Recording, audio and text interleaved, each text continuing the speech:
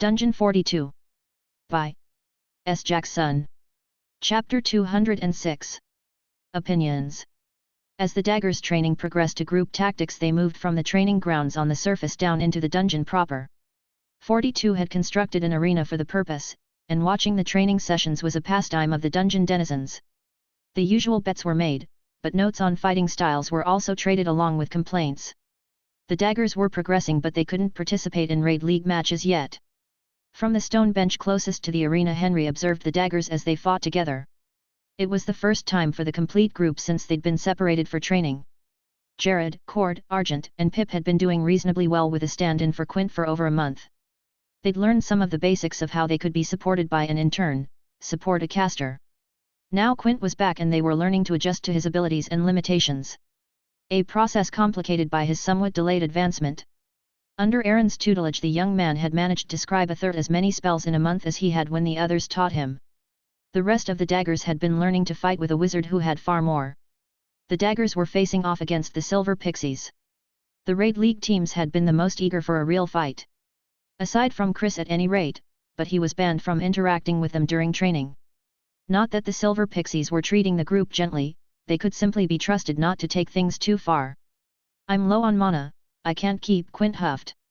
The rest of what he'd been about to say was lost in a yelp as a blunted arrow caught him in the shoulder. He was behind in terms of combat training and overall power as a spellcaster. The daggers had gotten used to their substitute and weren't adjusting well. "This is a farce," Bacchus grumbled. He'd been keeping track of Pip's progress, though if out of concern for his former student or simple spite was yet to be seen. With Quint partly incapacitated, the daggers' strategy was hobbled, but not broken. It was yet to be seen if they'd claw out a win or fail. "They'll learn. Old age habits are hard to break," Henry said, uninterested in the poor showing. The daggers still tended to fall into patterns from before their class changes when together. They'd been working on it, but Quint's arrival had made it obvious once more. "They'd break faster with proper training," Bacchus retorted. His tone was nearly even, voice only a little lower than usual. It was as good as a growl from someone else.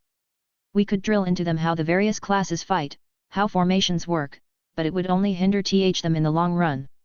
Life revels in thwarting expectations and are ruining plans," Henry said, gesturing to the Silver Pixies. "Had you ever dreamed of such a group, let alone seen it?" The Silver Pixies were made up of a ranged fighter, 2 rogues, and a tank. They'd foregone the option of a 5th member, preferring to embrace specialized tactics over numbers. "The boy won't be ready anytime soon," Bacchus countered, gesturing at Quint.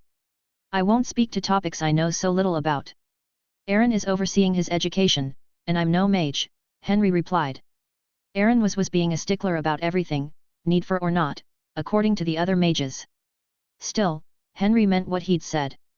He'd never encountered a mage of any kind in life and hadn't had enough time studying them yet to feel he properly understood them. He could kill them certainly, but only under favorable conditions, which wasn't acceptable.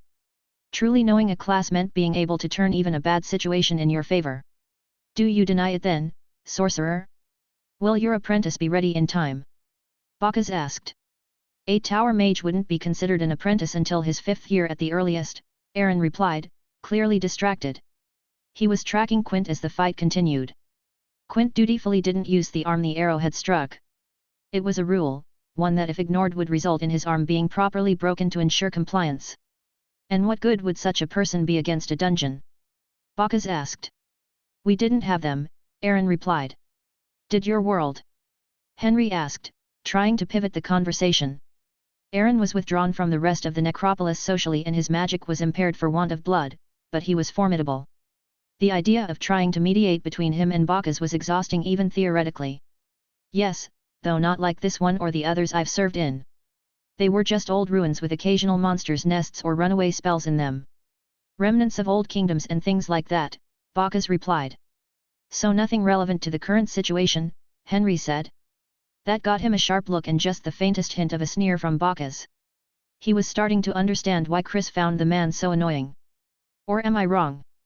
There have to be better adventurers than this dross, but if we must use them then 42 should have compelled obedience. They lack discipline and I've little doubt that their lust for money will vanish once they get a taste of an actual dungeon," Bacchus said.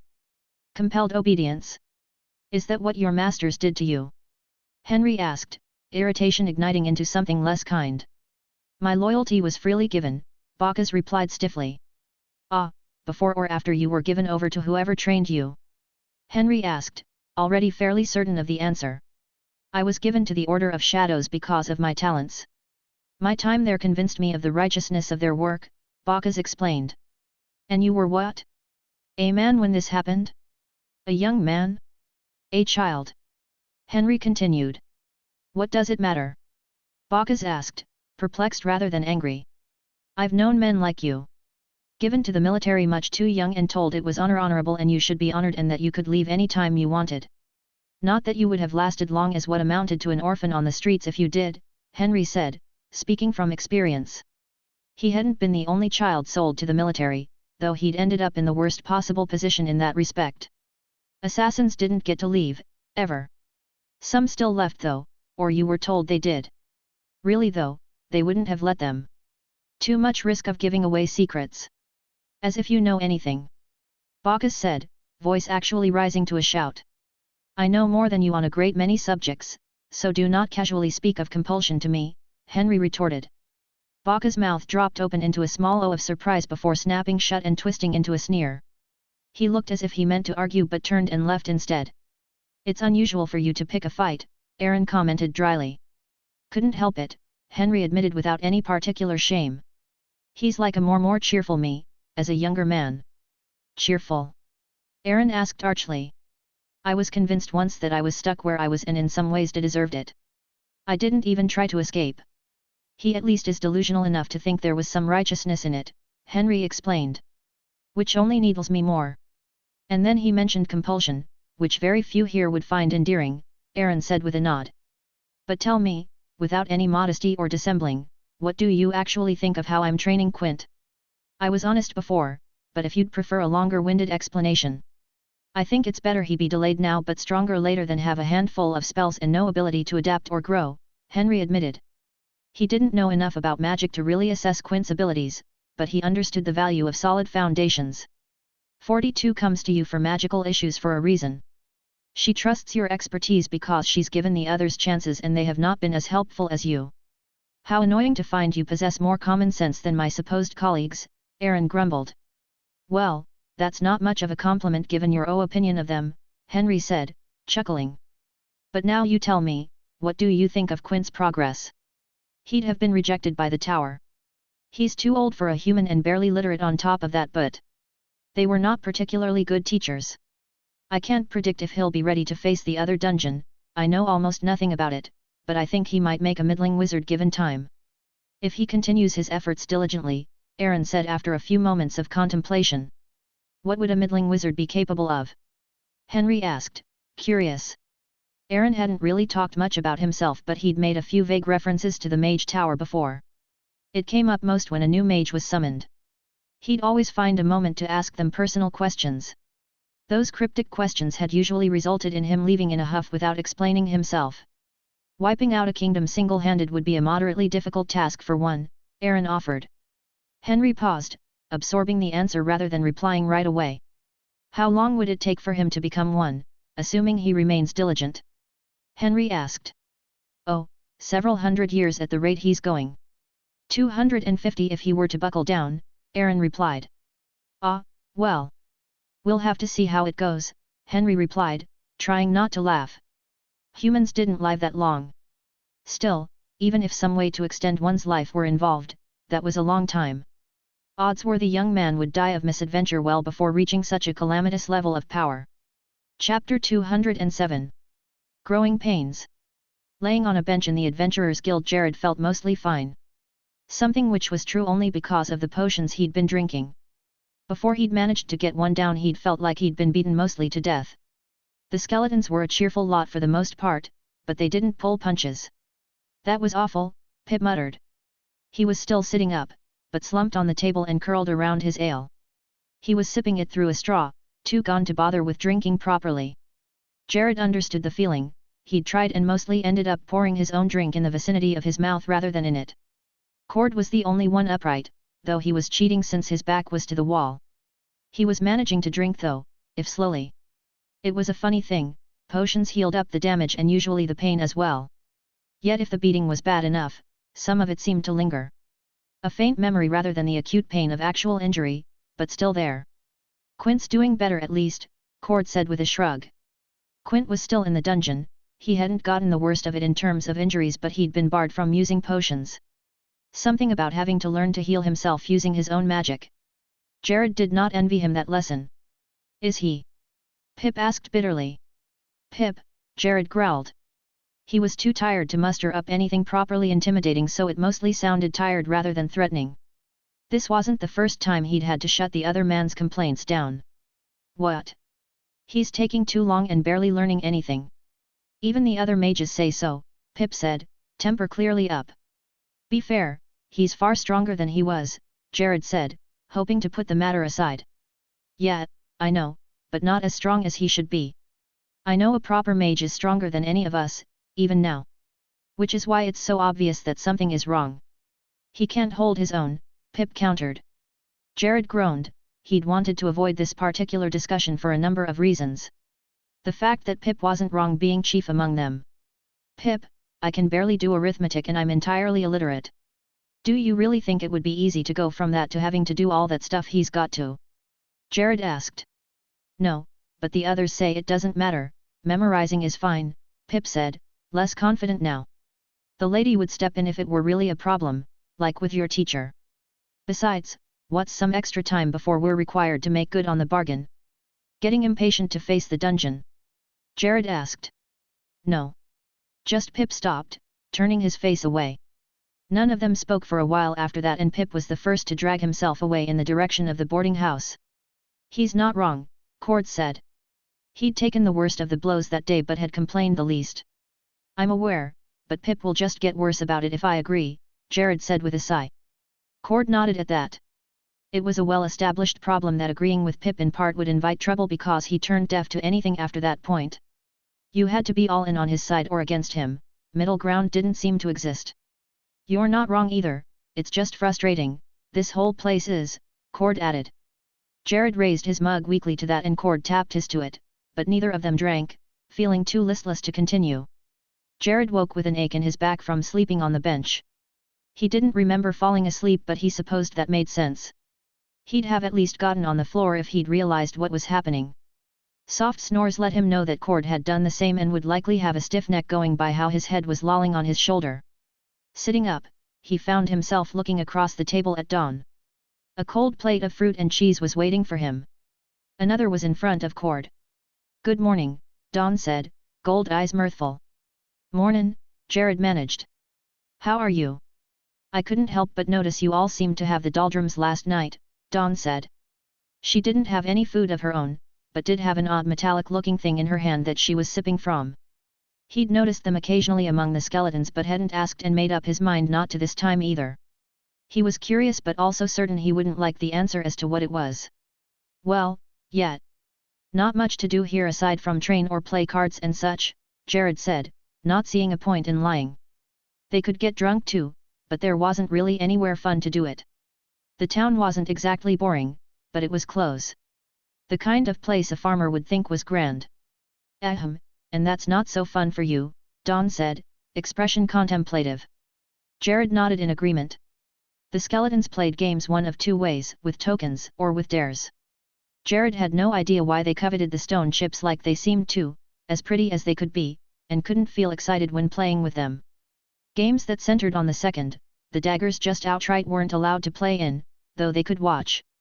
Those had been fun in a twisted way at first, but the charm wore off quickly. The skeletons couldn't be harmed let alone really die. So extremes were quickly abandoned in favor of more personal dares. Those were hard to comprehend since Jared didn't know any of them well enough to understand why something was funny or humiliating in most cases. Making someone scared of heights jump from a roof made sense, making another get in water and wash had just been odd. Particularly since they'd been all bones in the second case. Why the second skeleton had caterwauled more than the first was a mystery Jared wasn't interested in solving. You know, we actually feel similar on that point. This town is nice and we like being able to do what we want, but it's not very lively, I guess. It's why we're looking forward to getting more mortals in, Dawn offered and sighed. Because you're bored? Jared asked, genuinely surprised. Not the reason you were expecting. Don asked, chuckling. Well, no, Jared said, laughing too. We want people to try the dungeon, but that's only part of the matter.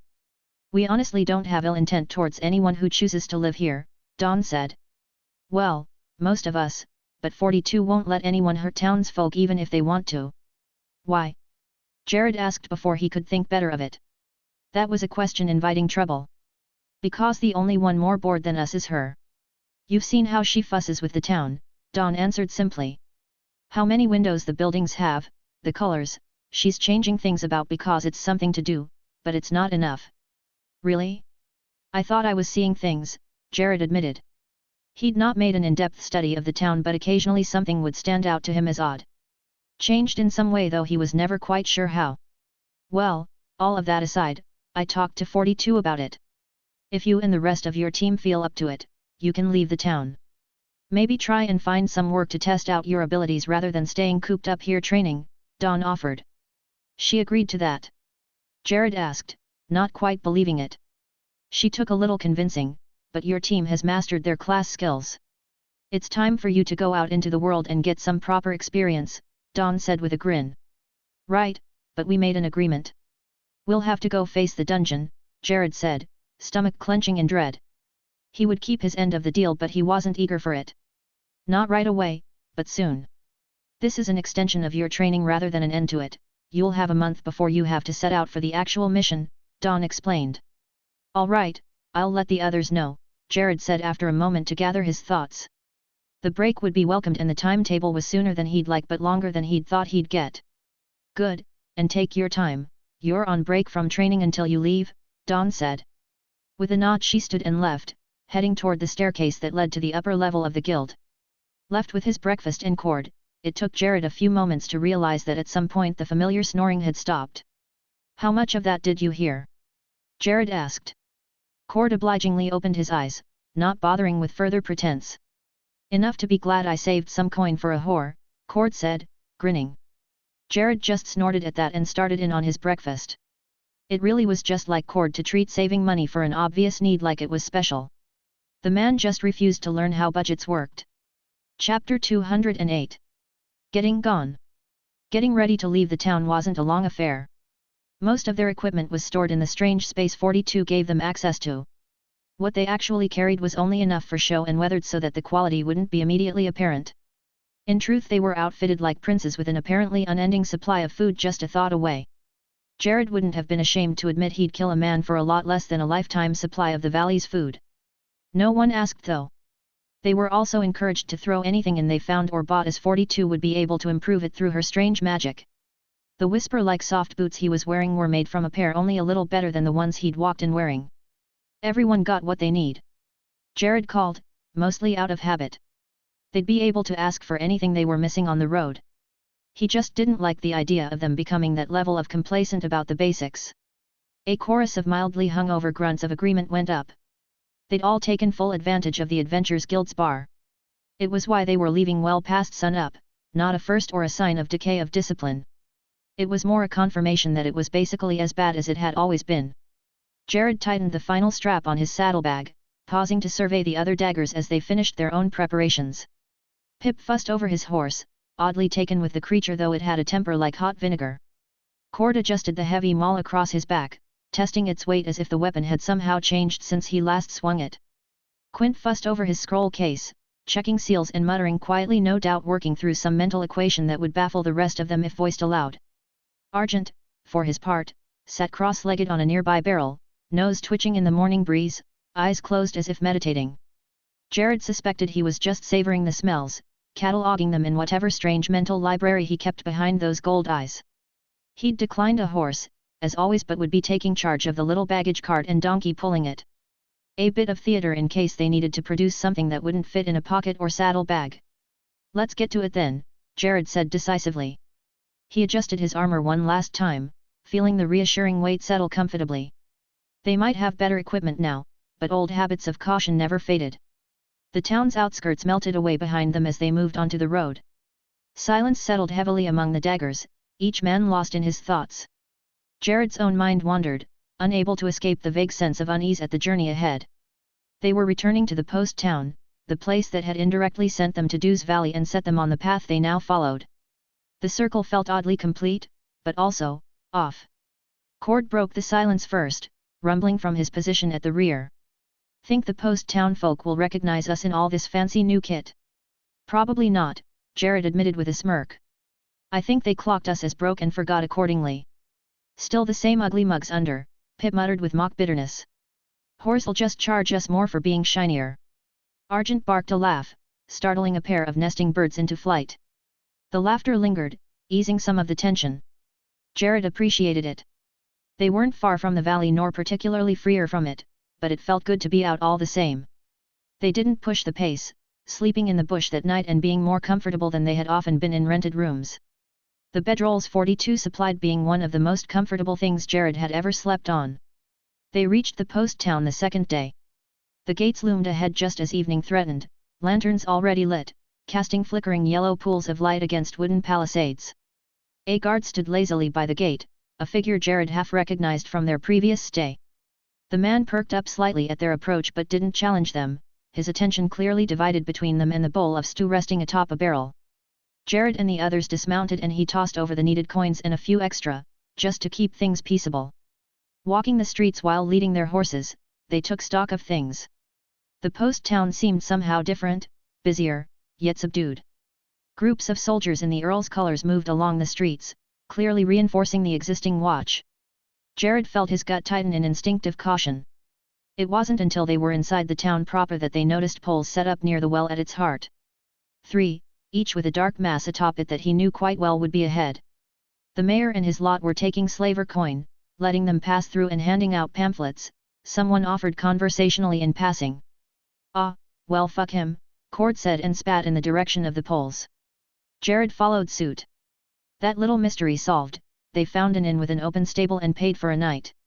Just one room for them but a larger one than they'd have been able to afford before. They weren't trying to hide that they'd come up in case anyone noticed. The business with the innkeeper was done quickly since they didn't need to haggle unreasonably, and they focused on putting up the horses.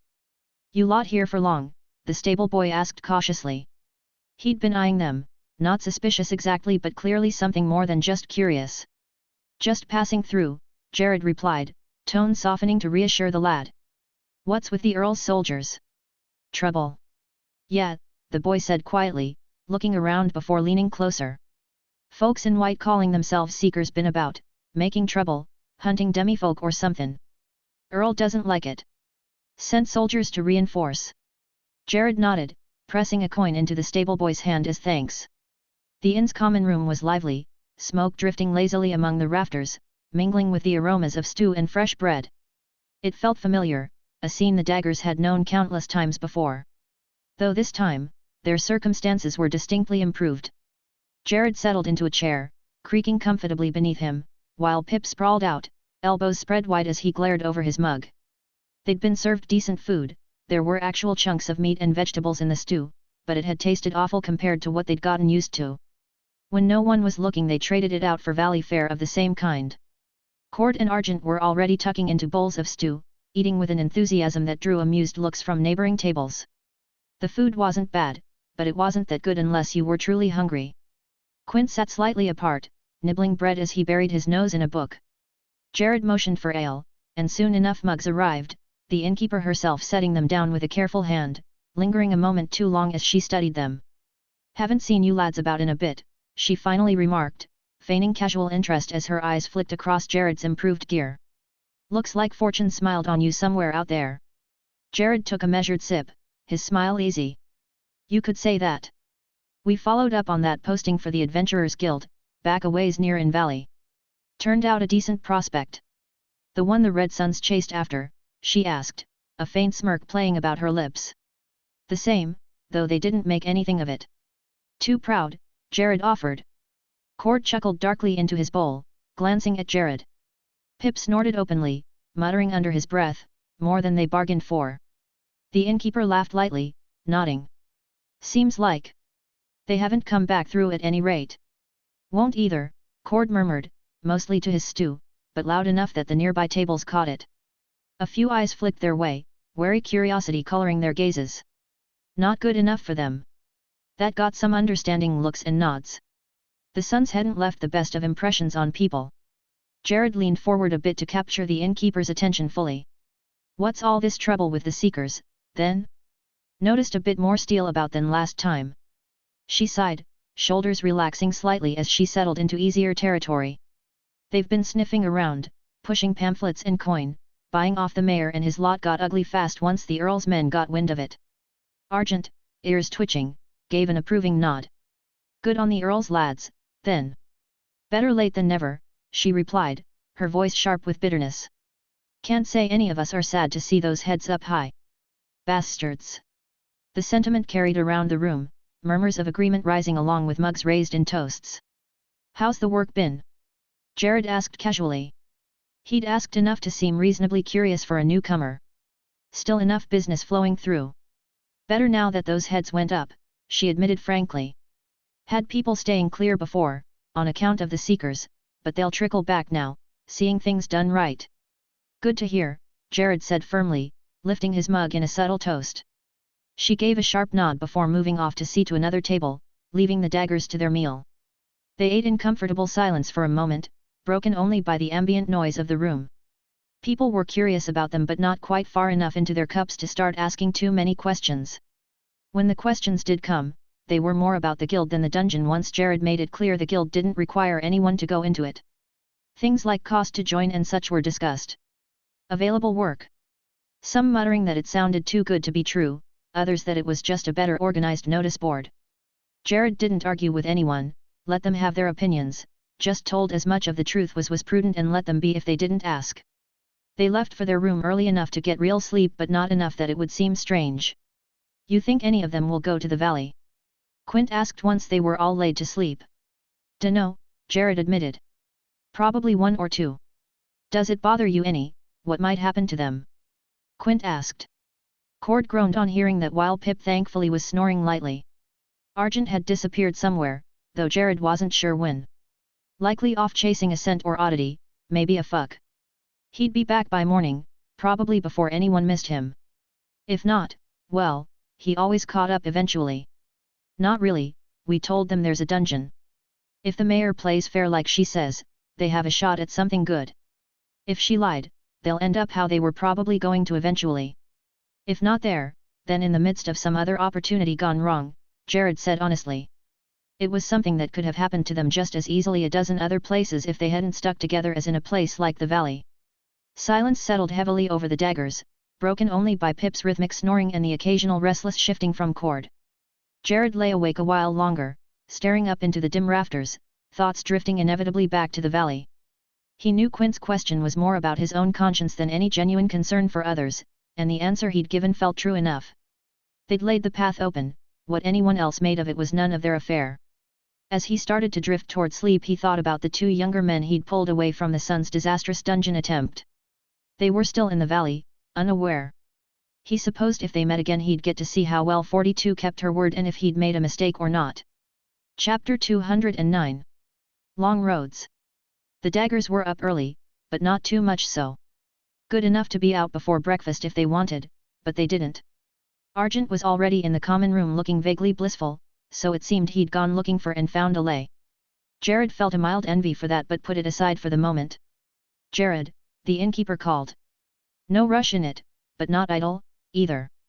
The others continued on to the same table as Argent while he walked over by the kitchen door to see what she wanted. He'd already paid up so it couldn't have been about that.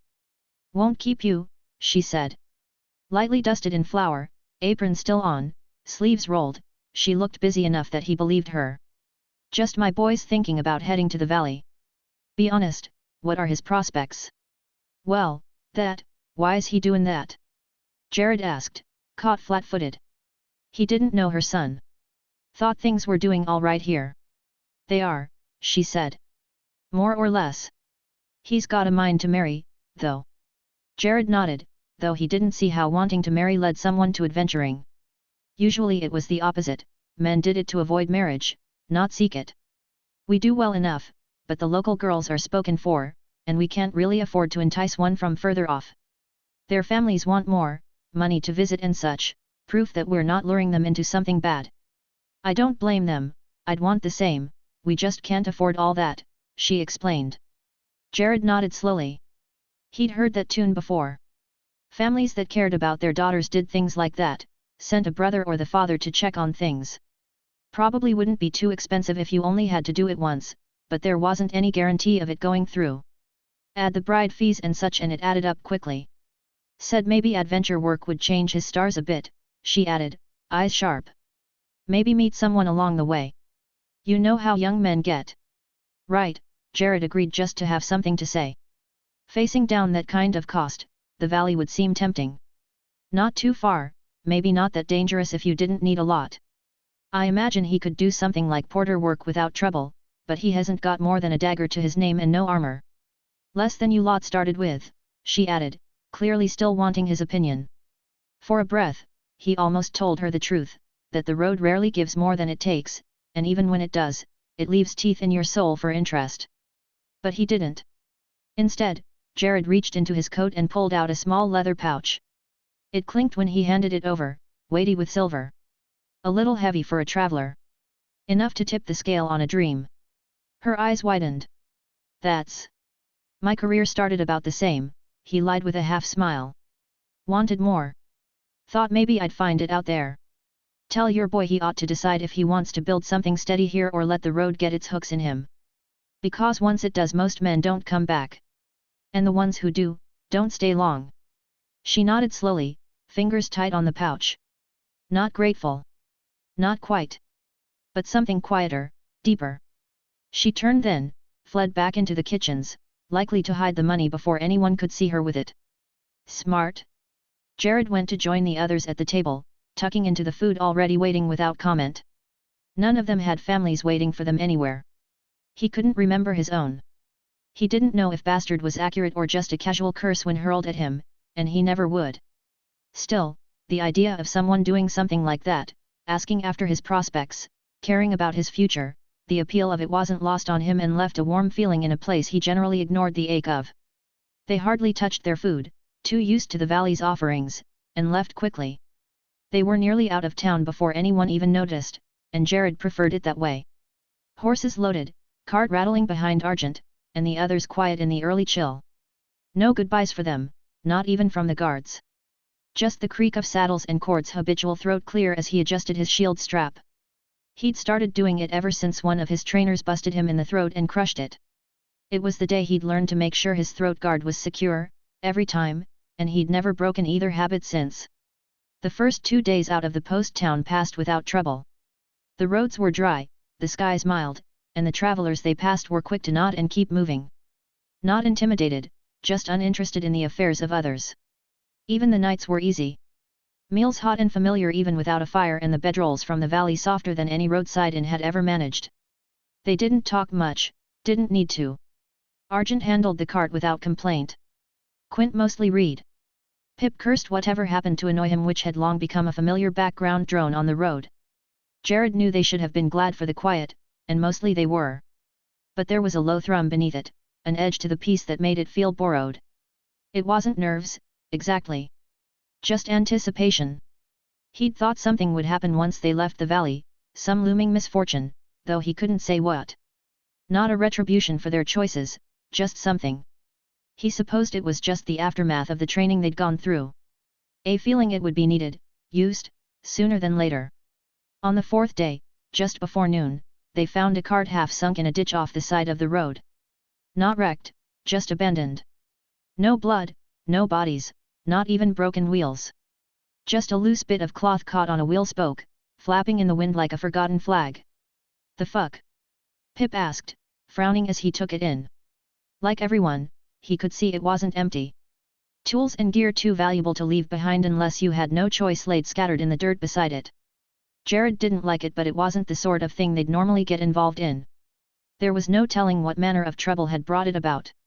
Unfortunately, Argent was already on all fours, sniffing and examining the ground. A coyote woman was leading it.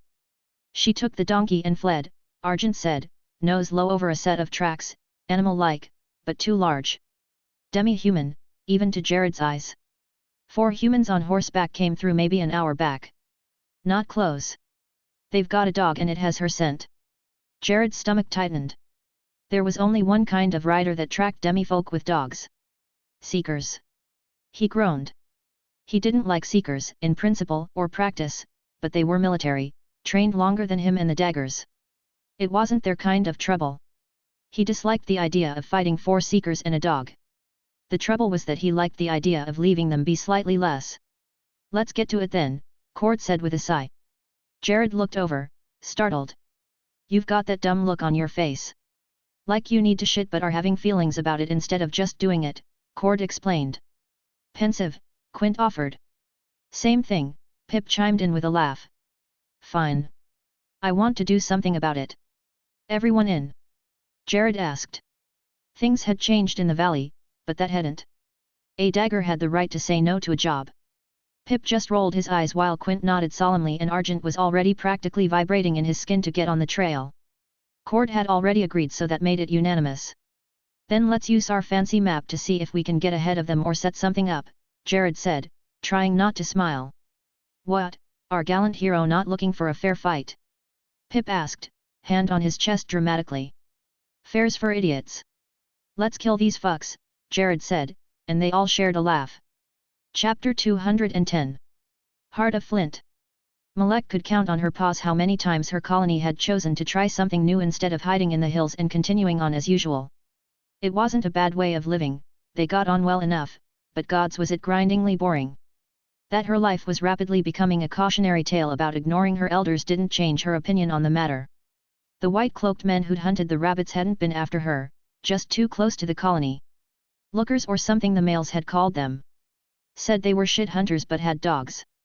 Dogs were definitely more of a threat than humans. The men able to hunt were out doing just that and wouldn't be back for a few days. The colony was undefended and full of early-season pups. The other females, injured males, and elders wouldn't be able to move easily. She could have escaped all the same, run off and just hoped they didn't catch a scent leading back to the colony. Instead she'd rolled around in the dirt and scrub then gotten upwind to make sure they caught hers and didn't let them lose it despite her lead. Her plan, which it was kind to call as such, was to lead them to the colony's hunters and let them sort it out. She'd get a cuffing for having wandered out without permission, but probably a bit of extra jerky too for having looked after the colony too. Abandoning the cart had hurt. All that careful stealing, all those quiet months sneaking behind the elders' backs, gone. Not as bad as her legs hurt, they burned as she climbed higher into the hills. The terrain was rough, she'd have preferred shifting into her full fur, but the donkey would probably stomp her if she did. It had taken weeks to get it to accept her as she was, it was still wary of her as a full coyote. She found a watering hole and let go of the donkey's lead. It would see to itself well enough with water near. She drank first, then got back to running. She'd come back for it later. Once a decent distance off, she shifted, able to move more easily on all fours, and her smaller frame better able to navigate narrow places. Howling, she listened, hoping the hunters were near enough to hear her. She was in the general area they'd said they'd be near but they could range far depending on prey. No howls replied. She yapped her displeasure and loped on, keeping the humans in white behind her. She had to keep them close, but not too close. If they lost interest, the whole game fell apart. It worked in her favor, though. She could snatch moments of rest here and there, so long as she kept them in sight. She considered it a stroke of luck that they were stupid or didn't understand how to train dogs properly. If they'd just let theirs loose it would have caught up to her quickly and with its brutish body it would have been dangerous to her in any form. Instead they kept it close, just using it to scent. With the wind at her back she didn't realize anything was wrong until she dodged between a pair of boulders. Something dazzled her eyes for a moment, a strange shimmering, and then she found herself looking at a pair of human men. She yelped, scrabbling to a stop, her bladder emptying in anticipation of violence. There was no good path. Forward meant running between them, and behind her were the ones in white. On with you, miss, our business is with the lot behind you, one of them, the smaller less armored one, said. They were both looking past her, toward the ones in white. Malek didn't trust them but ran forward, hoping she'd be fast enough to dodge if more waited in ambush. She passed by two more, sent impressions rather than real looks, then the third caused her to nearly stumble. She got low, sidling away as the scent of dog but cleaner washed over her. His bright eyes took her in for a moment and let out a soft playful woof as she passed, but didn't linger on her as she slinked past. Bright silver fur instead of hair, with tall ears. A demi-human. Feet back under her, she made for a ridge and a little shelf that would hide her and be difficult for the men to climb up. The panic had robbed her of strength. She needed to catch her breath somewhere safe and let the shaking leave her limbs. By the time she was hidden, she looked back and saw the lookers approaching the other men with a kind of ease that didn't make sense. Their dog was also gone. Not killed or run off nearby, just gone. It was strange to watch. She had to wonder if the men behind the boulders didn't understand who the ones in white were. If they thought they'd be able to talk despite having a demi-human in their numbers. That or if she was about to watch a betrayal. She might not have seemed worth the effort of catching, but she couldn't quite believe that. The gold-eyed man had been too at ease to be a captive, and it would be foolish to let him be free in the moments before the handover. Ears flattened and heart hammering, she watched, not sure what was going on. The ones behind the boulders got up and took different stances as the ones in white approached. Not friendly. Not open. Stances like soldiers, not travelers. Yet, insanely, the second group continued forward as if nothing was amiss. As if they couldn't see a damned thing despite their name. Something shimmered as they passed between the boulders, the men leading the ones in white finally pausing, as if surprised. They didn't get time to do anything but stare. The largest of the ambush group, broad and carrying a maul the size of Malek's torso, stepped forward. He didn't swing so much as drop his weapon onto one of the white cloaks, like he was cracking a nut. He crumpled without a sound. No blood sprayed. Just a wet sound and sudden stillness. The one who'd spoken to her, dark-haired, still-faced, moved like water. One strike from his sword, precise and underhanded, and his opponent folded forward onto the blade. She didn't see the arrow. Just the result, the man on the far left snapped backward, his hand fluttering up to the shaft protruding from his throat before he collapsed twitching. The last one had just enough time to realize what was happening. He turned to run and managed a single step before a curved blade flashed in the sun, then buried itself in the soft spot beneath the man's ribs. He looked down dumbly at the knife in his chest, already dead before he completed the motion, and fell. It was over. Malek didn't move. She barely breathed. The 5 men stood where they'd been, adjusting straps, cleaning edges, one of them idly checking a page in a book without having moved an inch the whole time. None of them said anything. Malek swallowed, slowly. Her ears twitched once, involuntarily. She wasn't sure if what she'd seen had been a fight or a massacre. It didn't particularly matter in the end, but she had to wonder how well the hunters of her colony would have done against the ones in white. She followed them after, but not because she wanted to say thank you. She didn't understand why they'd done as they had. The men in white had died, but probably not for her. This group hadn't even made a token effort to look for her afterward. She shadowed them most of the day, just to be sure they wouldn't circle back. They didn't.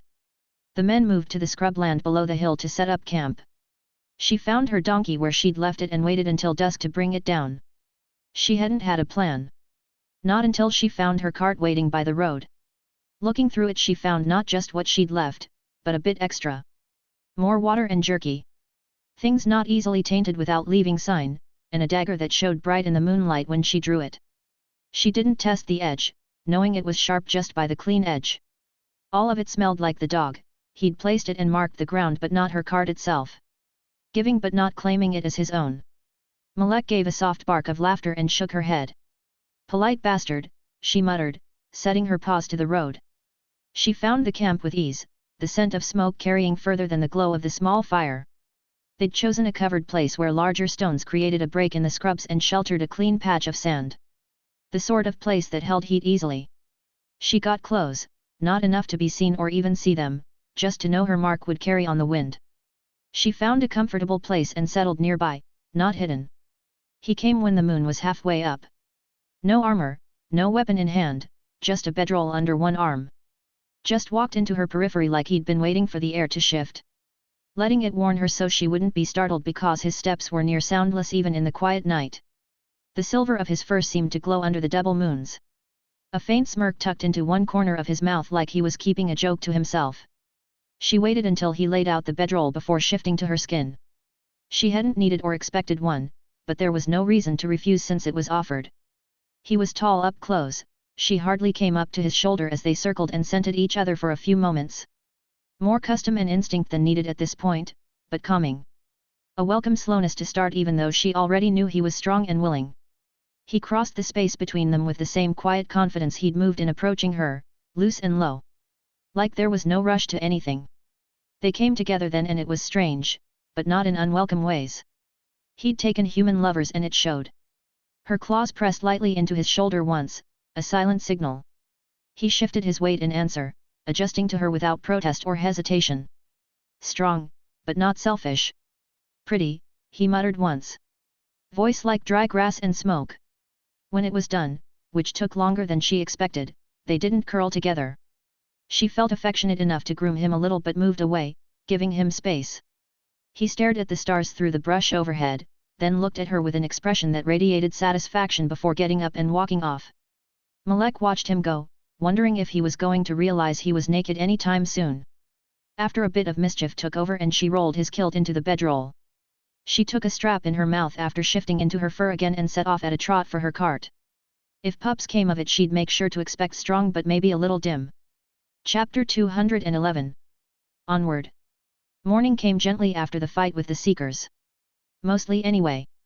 Waking up to Argent squatting in front of the fire without a stitch on wasn't Jared's idea of an ideal morning. It wasn't even on the list of acceptable ones.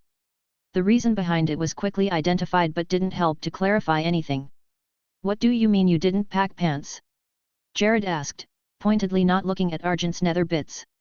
He'd wandered into camp that morning to add a hair to a strangely large pile of hunting kills, completely naked, and completely unbothered. That I didn't. Argent asked, like Jared was the strange one. The others were busy cleaning kills and making breakfast, doing their best to stay out of things. Seriously, since when do you hunt in the buck? Where is your kilt? Jared asked, sighing in resignation. It got stolen, Argent said with a shrug. Fine, just get another kilt from inventory, Jared said. Argent looked confused for a moment, then casually plucked a kilt from the air like it had been waiting there for him. He'd clearly forgotten he could do that. Stolen by who? That coyote girl, and she take it as a trophy? Pip asked, scoffing. He didn't catch Argent's matter-of-fact nod. Jared almost said something but bit back on it. Questioning how Argent managed to find a lay in the literal middle of nowhere was likely a path to madness. The rest of them had to ask around and pay well even in a town. Right, next time just put something on when you realize you're naked, Jared said finally. He'd said variations on it before and didn't expect it to take any more firmly this time, but he lived in hope. They got back on the road before long. Argent's over-enthusiastic haul went into inventory. They wouldn't eat them, but wasting wasn't done and they could barter with it later if needed. Things were quiet until noon when they met a group of the Earl's men on the road. They yielded the road without fuss and were left alone in return. Got some extra? One of the soldiers asked, noticing Pip's pipe. Enough to go around, the leader asked. Sure, Pip said, pulling out a fresh pouch and tossing it over. The men helped themselves and passed back small coins in exchange while they took the chance to have a break. Jared passed around a water skin. Careful on the road, most of them have been run off but some seekers are still slinking about, the leader offered. I heard about them at the post town. Something about paying off the mayor and hunting demi-humans, Jared offered. Bunch of bastard slavers from the Midlands on the other side of that asshole of a swamp, he offered with a shrug. Should be sorted soon, one of the others added. Earl's taking it personal like. Setting up a proper guard. Fair, Jared agreed. They smoked in peace for a while, resting their legs. When the last of the soldiers tapped out his pipe, the group stood and formed up again. Mind yourself in particular, one added, nodding toward Argent. They've been known to just kill demi-folk, not always try to take slaves. He offered Jared the water skin back, but Jared shook his head, jerking a thumb at the spare on his saddle. Keep it. We're not far from home, he lied. The man just nodded, slinging the skin over his shoulder. You think they'd be a problem for the lady? Pip asked a while later, the soldiers long having disappeared from view. Jared considered for a moment. He was a fighter and could size people up to an extent, but it was relative to himself. He could have taken any one of them, sure. Still, the more he had to fight, the worse it'd go. 3 was probably the max he could fight and expect to get out of it without serious injury, if he was quick anyway. They knew what they were about in terms of group tactics. Something he didn't need his weird intuition to know. The Earl was infamous for putting coin into training his men, even infantry. Depends on a lot of things I don't know, Jared said honestly after a moment. He knew how brutal the skeletons who trained him had been. Knew most of the valley's residents who weren't rabbit folk were skeletons in disguise. What he didn't know was how many of those hidden ones were of the same caliber or potentially worse. That aside, the soldiers definitely wouldn't fare well in the dungeon. The daggers hadn't, and they'd been trained for it. What the soldiers could do was blockade it. Close off the paths to the maze and the foothills. That would be a problem if they managed it. Probably be fine, Cord said with a shrug. Yeah, Quint agreed, popping a lemon candy into his mouth. Reading while riding made him sick, but that didn't stop him. He was paying for it with an uneasy stomach, as usual. Jared didn't get why it was worth the bother, but didn't question it either. A man was entitled to puke if he wanted. What, your precious mentor going to deal with it if an army shows up? Pip asked. Quint just rolled his eyes. Lay off, Jared warned.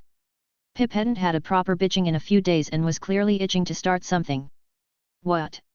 He can barely cast anything, Pip shot back. That illusion yesterday says otherwise, Jared said flatly. I meant a killing spell. I liked the ambush being easier better. Killing's something we can all do, Argent offered. Same, Cord agreed. But what if he's caught on his own?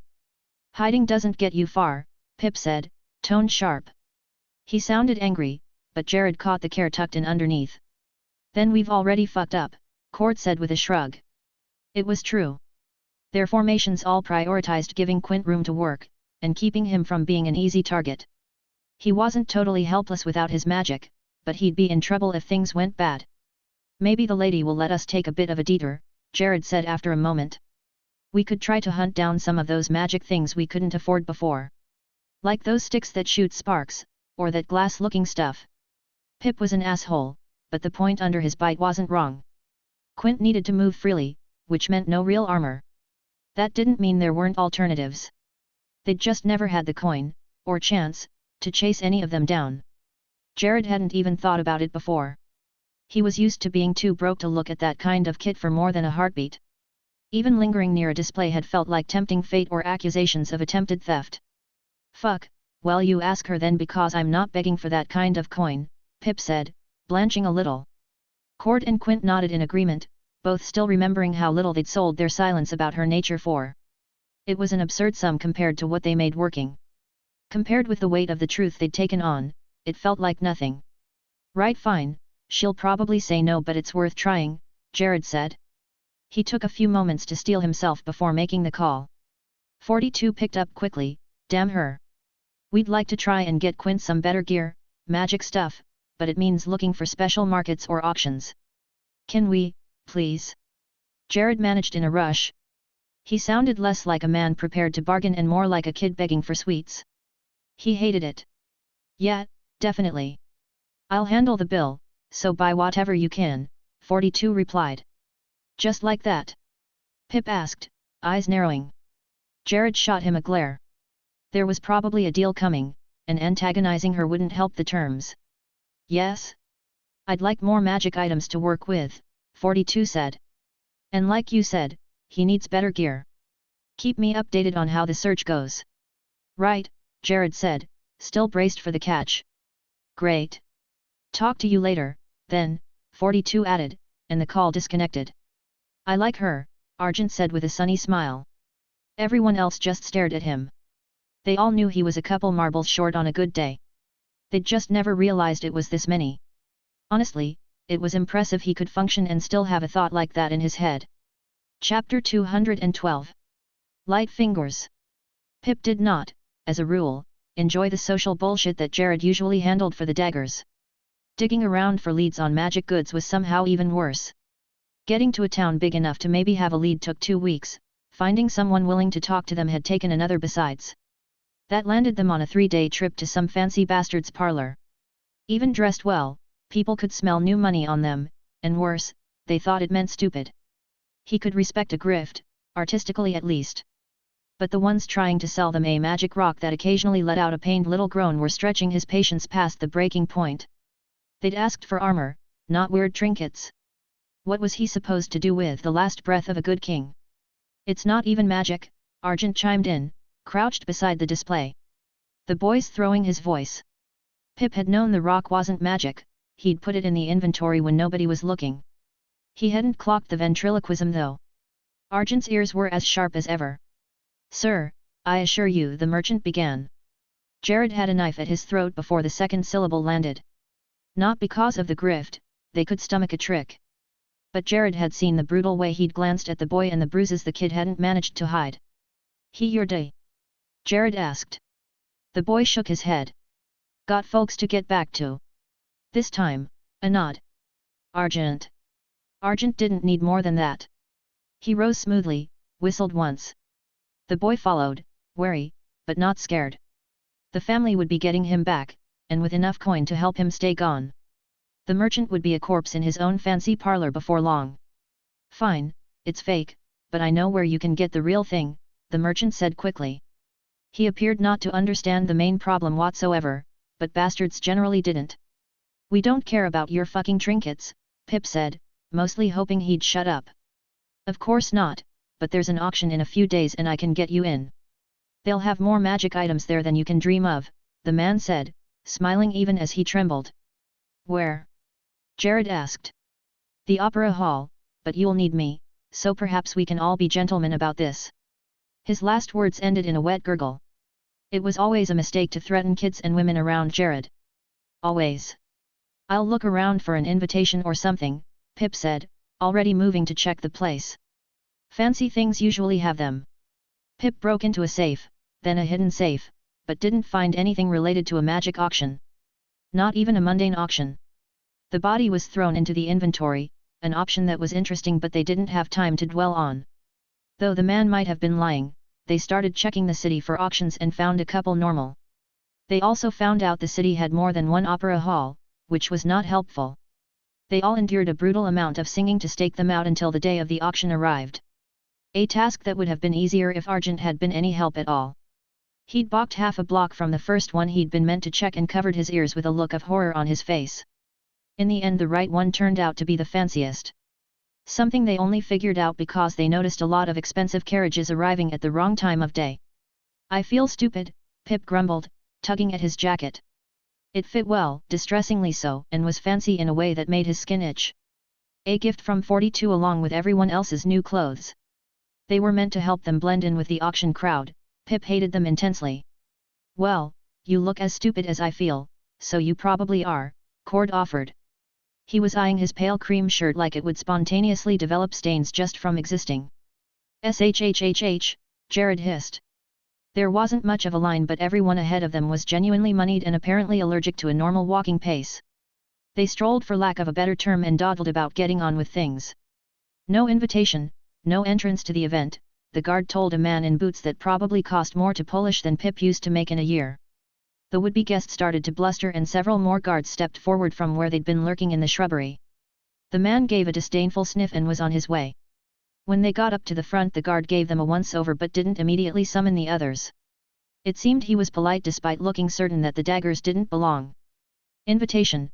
the man asked, not unkind, but with the casual detachment of someone sure the answer would be no. "We're here to sell," Jared said, rather than bothering with a lie. They'd scrapped the idea of stealing an invitation and tampering with it before they'd even left their lodgings. "Too much bother. And I'm here to turn away anyone who doesn't already have a name on the ledger," the man said simply. Jared didn't bother arguing, just reached into his jacket and pulled out what looked like nothing more than a very small hooded lantern. Fancy, gilded, a trinket a rich person would use to read in bed rather than useful. Right until he opened the door and the little light stone inside flickered to light. It wasn't dark out but the brightness of it was unmistakable. Pip had never come across a magic item that was nearly as bright or steady himself, and going by the way the guard looked at it, neither had he. "We can come back," Pip offered, half hoping they'd get turned away. He'd rather do it the old-fashioned way and sneak in. "That won't be necessary," the guard replied. He turned and caught the eye of a better-dressed man by the door. The second fellow took one look at the lantern and blinked hard. "Gentlemen, please follow me," he said, and moved at a fast clip without even offering a name. The opera hall stank of roses and brass. Everyone in it looked like swans, pretty at first glance, mean-spirited bastards if you got too close, as bad as geese but twice as pretentious. They were led to an office, a wizard and some better dressed people than the one leading them offered names and looked over the lantern. They debated, talked with Jared, and Pip took almost none of it in. Not until they were told they'd get nice seats in one of the private boxes, a privilege of sellers. Pip nodded like that was something to be expected and made an excuse that he had to piss on the way to peel off from the group. Nobody noticed Pip slipping away. That part was easy. People with fancy names didn't look at people who didn't have them. He didn't go far. Ust followed a harried-looking clerk past a half-latched side door and ducked in behind a cart like he was born for it. 10 minutes later he was in the back behind the stage. It was secured but not a vault, it had lined shelves, locked cases, and arcane scribbles that looked like they were meant to ward off the curious. They didn't work. He didn't take anything. Not really. He just touched each piece in turn and stored it for a heartbeat. Long enough for inventory to register. Long enough for 42 to see. A glass sword with a ripple core. A flask of powder that never settled. A velvet box full of stones still faintly echoing the sound of water. Trinkets, most of it, curious but not useful. I'm underwhelmed, 42 said in his ear, flat as chalk. This is supposed to be high grade. They were real impressed with your light, Pip whispered, eyes still scanning. Guy walking us in looked like he'd cream himself. Cute. Keep going. He did. He picked up a red glass vial no bigger than his thumb. It had that oily shimmer people swore meant healing, but the smell made his nose wrinkle.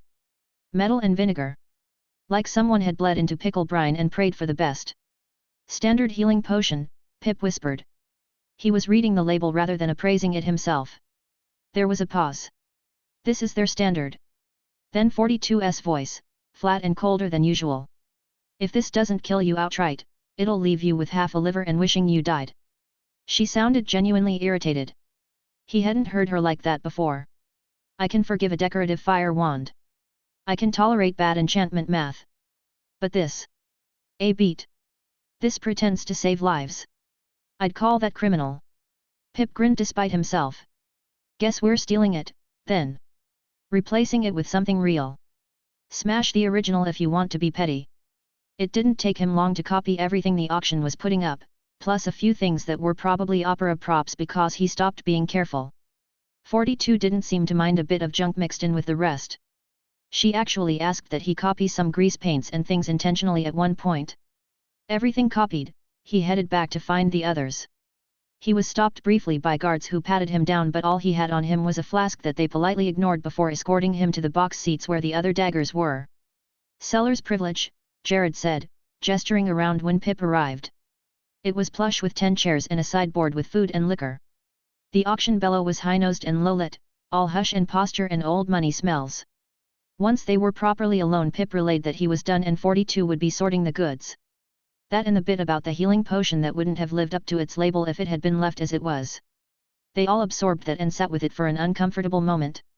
A healing potion was the kind of thing they'd have dearly wished for while on the job more than once. The kind of thing mercenaries like them saved up for without ever really expecting to be able to afford it. That they might have been swindled even if they'd managed to buy it from somewhere nice was unpleasant to think about. Pip thought of the kid back in Shard Hill.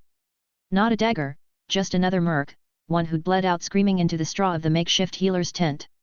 His people had scraped together coin to try and find something to save him but hadn't managed it. That they might have gotten a potion that did fuck all for their trouble made him feel sick. He hadn't liked the man or his friends much, but nobody deserved that. I vote we have a chat with the seller, Cord said with a quiet menace in his voice. The kind that usually only made an appearance when someone tried to stiff them on a bonus.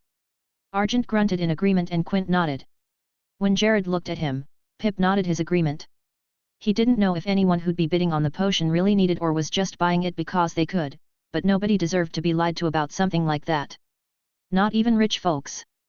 They weren't sure how to go about setting up a meeting until their lantern was brought up on stage. It was going to be the first item auctioned after the intermission. The auctioneer sounded like they were laying it on thick as they described it as having exceptional craftsmanship and properties. Only the crowd seemed to agree, going by the oohing. Bet they do something fancy for the sellers during intermission, Pip pointed out. Can probably do a bit of mingling and figure who isn't the potion seller if nothing else. Good idea, Jared agreed. True to expectation, they were all invited to share drinks with the other sellers in a private room. Argent hung back like a bodyguard and Cord declined outright. Pip, Jared, and Quint went along with it and mingled. Everyone present was ready to brag about whatever family treasure they'd brought and how much they thought they'd get for it. Jared told a lie pretty close to the truth about representing a craftsman rather than being the makers of the lantern. An eccentric who liked their privacy. They managed to account for all of the major sellers aside from the potion seller, then excused themselves. Argent got the relevant cents and as they headed back to the box picked up the remaining unaccounted ones. There was no reason to make a scene at the auction itself so long as he could find them later. They enjoyed the free food until the lantern was sold for an obscene amount, then watched the rest of the auction. Most of the items seemed like they were being collected for bragging rights rather than anything useful. The potion was the last item and the bidding on that got heated quickly. "Mark the bidders," Jared said quietly to Argent. "We rolling them?" Pip asked, surprised. Jared shook his head without looking over, eyes on the crowd. He didn't offer an explanation and Pip looked at the people below with more interest. They didn't make any moves until the auction was over. Quint, Cord, and Argent heading out to handle the people they were tracking. He and Jared hung back to get paid before joining up with them. "Gentlemen, should your benefactor wish to sell goods at other events, we'll be happy to welcome them. Here is an introduction letter and a list of other establishments we are partnered with. We hope you'll consider our services for your future needs," the auction manager said as he handed over a bag of coins. Even less the fees and such, it was a substantial amount and he was fast and polite the entire time. "We'll inform them," Jared said blandly. When they caught back up with the others a couple hours later, the two sellers had been tracked to fancy inns. The three bidders were local residents in the city and the crests on their carriages had been marked down rather than tracked. "How we doing this?" Pip asked as they waited outside the second inn. The first seller had been ruled out because they'd left before the final auction. You had to stick around to get paid, as Jared had learned. Jared's eyes stayed on the inn's doorway, dark and cold. "We'll be polite," he said. "At first." "Fine," Pip sighed. He hated being polite. Jared didn't even look at him as he added, "But if they know, and they're doing it on purpose, we bury the whole bloody lot." Chapter 213. Needful Things.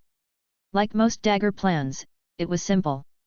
Break in, find the seller, and have a little chat. They rented a room in the inn. The only other one on the floor the seller was on. He didn't have guards, the inn seeming to be considered secure with a safe for guests in the basement. They weren't after the coin though, so it hardly mattered. The lock on the seller's door gave way with a soft click under Pip's picks. No magic wards, no runes, just a good lock on a good door in a good inn.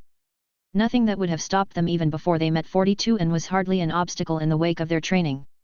Cord was through first, big shoulders filling the frame, habit rather than need in this case. Jared followed, calm as ever, and Pip right behind him with that little knife in his hand, spinning it by the hilt like he was already bored. Argent had wandered off. Quint trailed in last, closing the door behind them without a sound. "I didn't order dinner, but leave it on the table, I might find an appetite yet," the man muttered, facing the room's hearth. He was pale, shoulders tense, well enough dressed to be some kind of noble but not rich enough to mix with the buyers. A glass of something amber was in his hand and there was a faint wet rattle in the air, his breath. Pip started to step forward but Jared waved him off. He was clearly going to start but Quint shook his head. Everyone raised an eyebrow at that. It wouldn't be the first time they interrogated someone, but he'd never participated directly before, just watched plenty. Still, Jared gave way, gesturing for him to proceed. He looked curious rather than confident, but Quint didn't mind. The man coughed, a deep wet sound that dragged on enough they all wondered if they were about to watch him die of his own volition. He held onto the mantel to keep from falling and Quint stepped forward to steady him. "That can't be good, a winter cough go deep?" Quint asked, genuinely curious. "No, it's been with me since I was a boy," the man explained as he was helped into a chair. Quint offered him a handkerchief and got a grateful look. A moment later though the man looked at him again, clearly taking in his clothes, too fine by half for an inn worker. "If you're here about money, I don't have any." "Not with me or in the safe," the man said flatly. He was gaunt, pale, but not deathly in the way of the newly sick so much as the long-suffering. "We're not here about coin, but rather the potion maker," Quint said easily. "I see, you aren't the first to want to approach him directly," the man said with a nod. He looked around the room, noticing the other daggers standing at ease. His eyes flicked across each of them in turn, but not long enough to really see anything. The kind of look a man gave a pit trap as he fell in. I can't promise anything, but if you give me the name of your condition or a list of its symptoms, I will pass it on and hopefully get an estimate. Generally though, he only sells a potion every few months and rarely takes requests, he explained. That why you still got that cough despite working for him? Jared asked. Partly, I'm working on his behalf to afford one, the man replied. My family is noble, old name and a modest territory, but not rich. What name is that? Pip asked, cleaning his nails with his knife. A habit rather than an intimidation tactic, though the difference hardly mattered to anyone who didn't know him. I'm Baron Revan Kalthorn, who might I be speaking with? Revan asked. I'm Quint, Quint replied as he started forming a shape in his mind. A sigil for a simple illusion. Orbs of light danced in the air like fireflies. A mage rather than a man of noble lineage. Sir, Revan said, openly shocked. And I'm here about what you sold today, because it wasn't a healing potion, Quint added. Revan frowned but didn't speak immediately, clearly struggling with something. While you know better than I in such matters, I have seen the effect of one from the same batch. It healed a child of an old injury, Revan insisted. A limp? Pip asked with a scoff. Raven just nodded and Pip obligingly did his best performance of one, dragging his foot and walking stiffly for a few paces before straightening as nothing had happened. It was an old scam of false healers and the like, up there with faking a palsy by shaking. The one sold was certified by the auction house. Their wizard examined it himself at length, Revan said, though his confidence was shaken.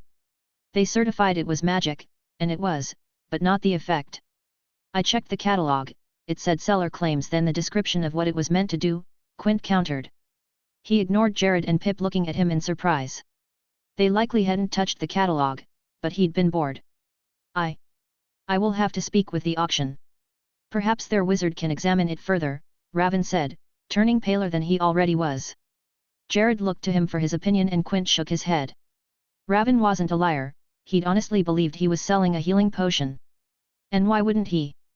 The wizard at the auction couldn't tell the difference, a man supposedly well versed in magic. You won't be doing that, they made their money and won't care about anything but their reputation, Jared offered.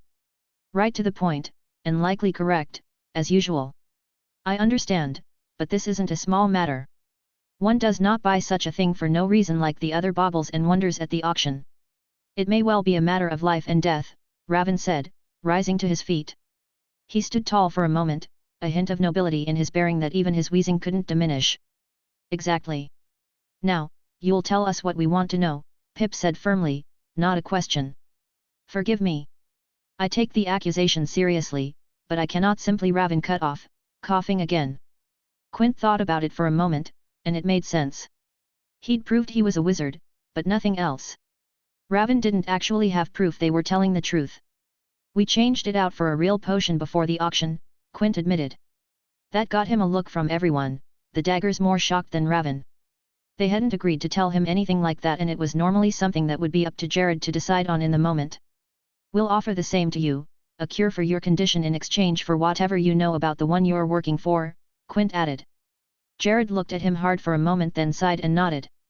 Approving of the play if not how it was set in motion. I don't need one. Raven started only to be interrupted by a violent coughing fight. Sure you don't, Pip deadpanned. My son needs it, he coughs like my brother did, before it took him. He was 9, my son is 8, Raven managed with effort. You first then, as proof, and for instruction. A real potion isn't a gentle thing, Quint countered. He'd thrown up what he was pretty sure was kidney at one point after taking a potion to heal a stab wound. Blood clots had been common though and he hadn't checked afterwards.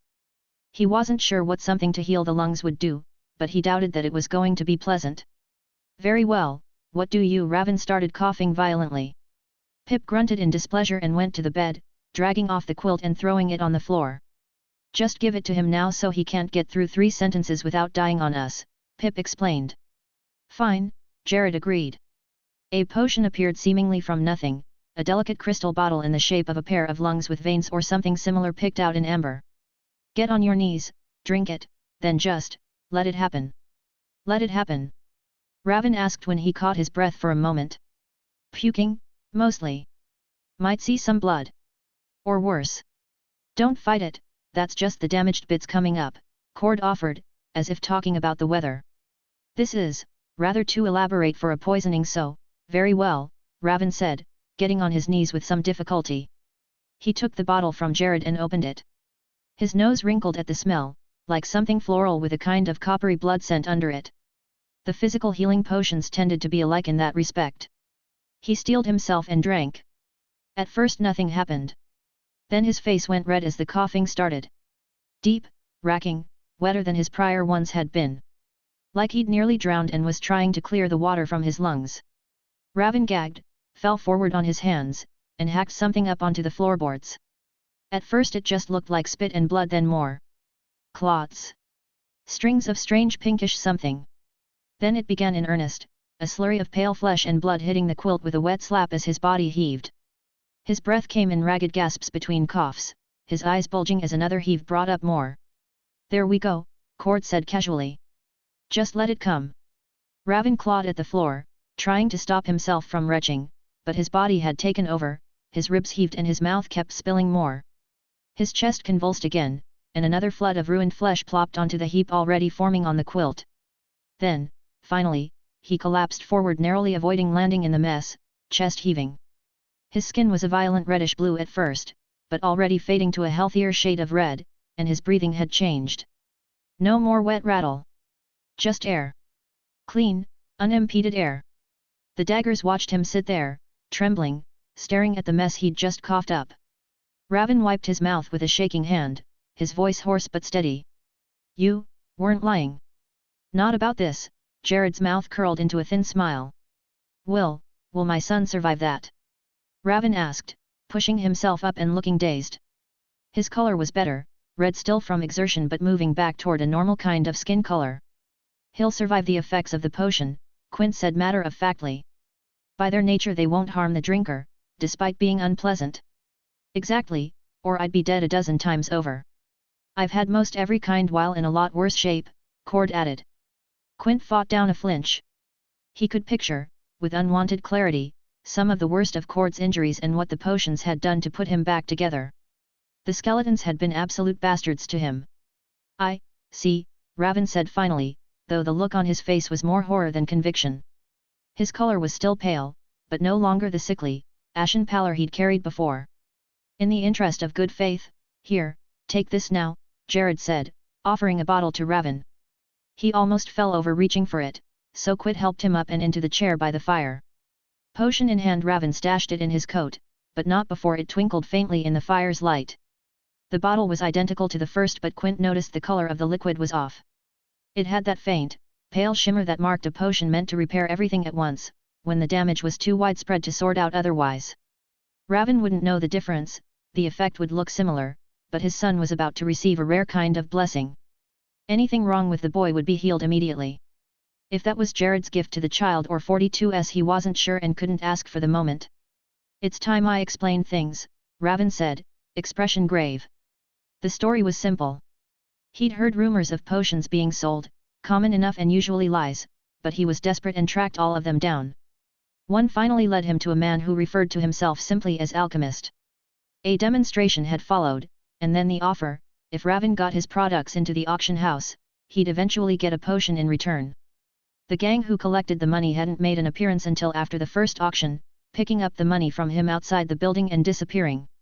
He'd been alarmed, but Alchemist had assured him it was arranged for his own safety and he'd accepted it because he hadn't had any other choice.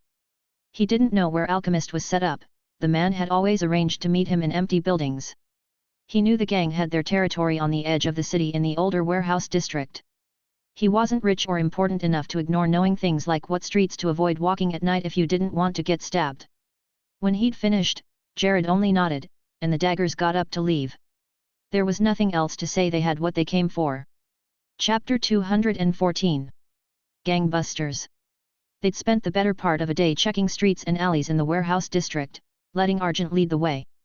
Cord didn't have much to contribute other than staying out of the way, but the others didn't either. Tracking was, as always, Argent's show. The gang had a few haunts scattered through the old buildings. Too many targets with so little information, but they had an edge. 42 had separated the fake potion into its components.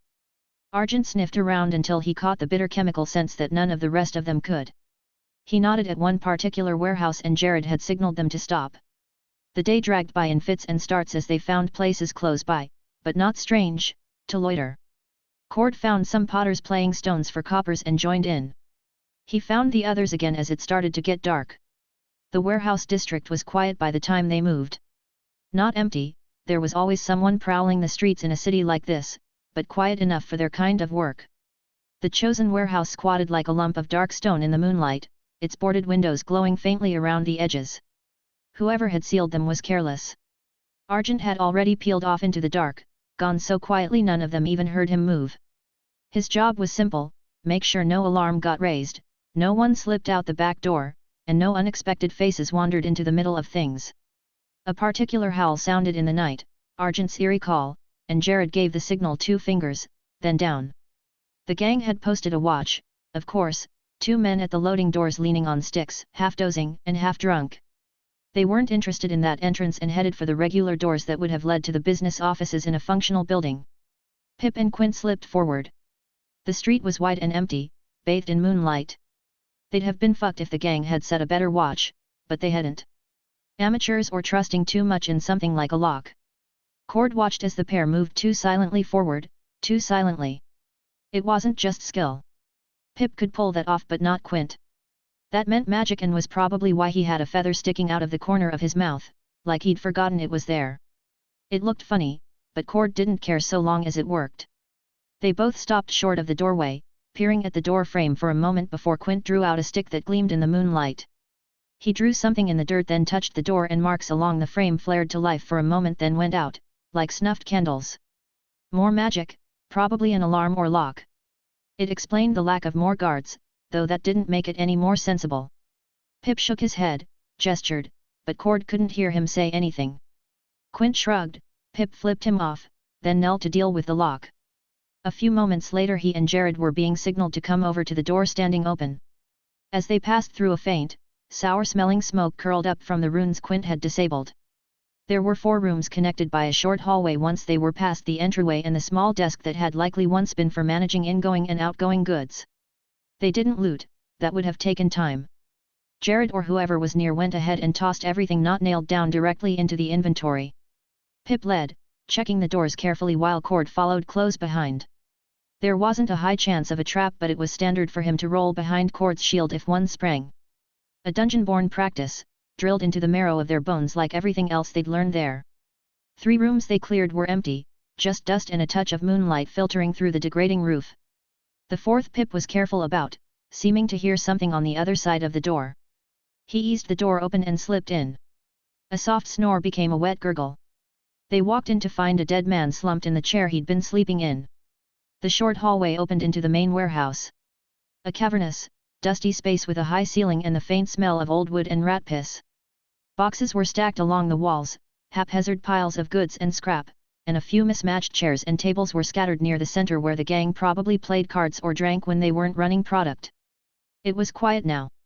The 2 outside seeming to be the only gang members present. Cord took the lead and Jared signaled. They quietly laid the bar across the receiving doors to lock out the guards. Then they turned and headed for their object. The lab was impossible to miss.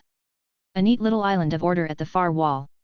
Lanterns glowed softly over an array of tables lined with glassware, racks of jars, and shelves of carefully labeled powders. The floor there was clean, swept even, a sharp contrast to the grime and dust everywhere else. The alchemist didn't even look up. He was bent over a set of bubbling flasks, one thin hand adjusting a valve while the other carefully sprinkled powder into a beaker that smoked faintly. Pip slowed to a stop, glancing back at Jared. Jared didn't speak, just gave the faintest nod and kept moving forward. The alchemist finally straightened as they approached. He turned to face them, calm, his face pale and sharp-featured, eyes clear and unbothered. "Well, I assume there's been a change of command," he said, taking in the daggers as a group. "Would you like me to make anything in particular? Opium powder perhaps? I'm sure I still have the ingredients on hand." "Heard you make potions," Jared said flatly. "Or rather poison dressed up like M." Cord fought down a sigh. They should have just killed the bastard, but Jared apparently needed to have feelings about it. "Ah, yes, and no. That was a failed monosuspension fluid prototype. A part of my larger body of research, the gang unfortunately felt it best to sell it rather than more reliable products like narcotics, the alchemist explained. So I can make more, but it won't remain profitable for long and is rather time-consuming and uninformative in terms of research. Jared's expression didn't change. So they bankroll your work, you make their drugs. You get a cut or just room and board. We had an equitable arrangement. They funded my research, I gave them product, the alchemist said, tone easy, almost bored. His gaze flicked to Cord's mall, then back to Jared. Though, if you have other products in mind, please do tell me. Poisons, narcotics, anything in between. I'm something of a polymath in the lethal arts. Specialty of yours? Pip asked. It wasn't the main focus of my education, the alchemist replied, lips curling faintly. More of a hobby. Jared tilted his head. Happy to sell whatever poison we need, then. Anything, the alchemist said softly, with payment up front. Yeah, okay, Jared said, nodding slightly to Cord. Cord was surprised that Jared had picked up on his impatience but was already swinging his maul before the thought fully formed. The alchemist went down in a heap of shattered bone and blood, still wearing that faint, polite smile. Payments settled, Jared said with a grimace. Burn this shit heap. Pip threw up that weird thumb sign he'd picked up in the valley and was already uncorking a flask of oil. Quint's face was screwed up in that annoyed concentration look he got when he was sweeping things into inventory. Cord glanced toward the loading doors. The silence felt thin now, stretched. Nobody was trying to push in yet, but it didn't mean they wouldn't. Pip moved quick, weaving between tables, leaving a dark, glistening trail toward the entryway. He was almost done when a faint clunk echoed from beyond the barred receiving doors, the sound of something solid bumping against wood. Everyone froze. The clunk came again in a curse, the words too muffled to make out. It was followed by the harder thunk of a boot sole. One of the guards, maybe both, was testing the door. Cord shifted his grip on the maul, Jared's hand hovering near his sword. Again, you weirdo? Fine, don't have dinner, came a shout followed by laughter. It seemed the guards were still drunk, still useless. Pip flicked them a sharp grin and went back to his work, finishing the line to the front door. They left the way they came, single file and fast, not looking back.